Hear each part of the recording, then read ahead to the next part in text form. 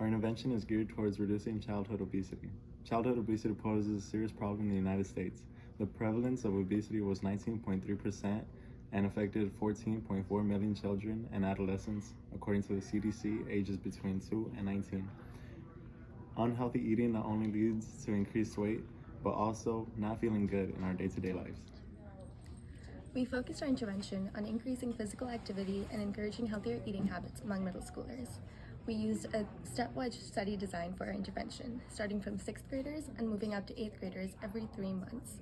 At the start of the intervention, we conducted measurements for the whole school. This included measuring everyone's current weight status, having them fill out an evaluation survey on their daily eating and exercise habits, and questions on their current attitudes about their health and tiredness levels.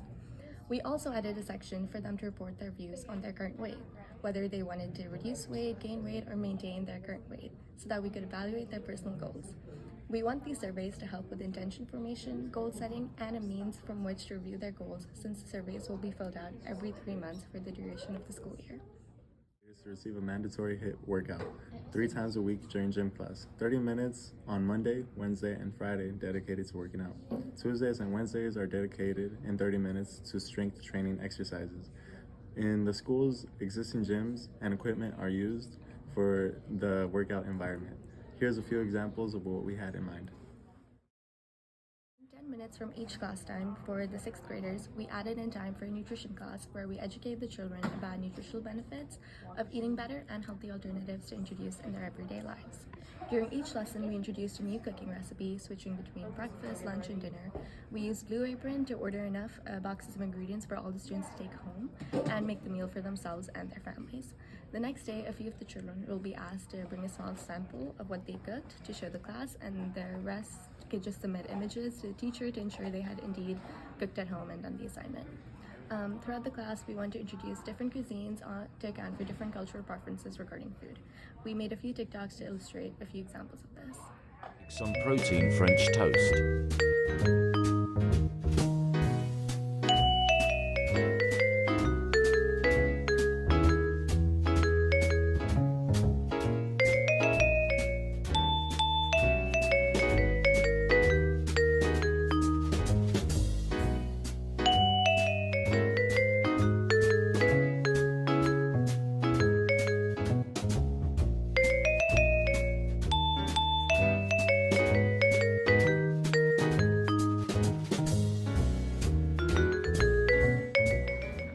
After 3 months, we conduct measurements across the whole middle school again and compare it to our initial measurements. Based on former student evaluations, particularly to the group that received the intervention, we can see the differences and adjust the intervention as needed. Towards the end of the intervention, which would have spanned across an entire school year, all children in the school would have received the intervention. On the individual level, we want to change children's attitudes and knowledge about nutrition. By having them learn how to cook meals for themselves and their families, we want them to change their attitudes about what they like to eat. We want to combine physical activity and healthy eating to see if there's any lasting impacts. On a community level, we want a school environment that encourages physical activity and nutritional learning as an important part of its curriculum. We want them to have increased opportunities to be active through additional exercise classes. We want children to have an improved access to healthy food by introducing healthy alternatives to them throughout the course, and have them learn recipes for themselves so that it can be sustainable at home too. Since this is a school-wide intervention, it will aim to change the norms surrounding physical activity and nutrition in a positive, long-term way.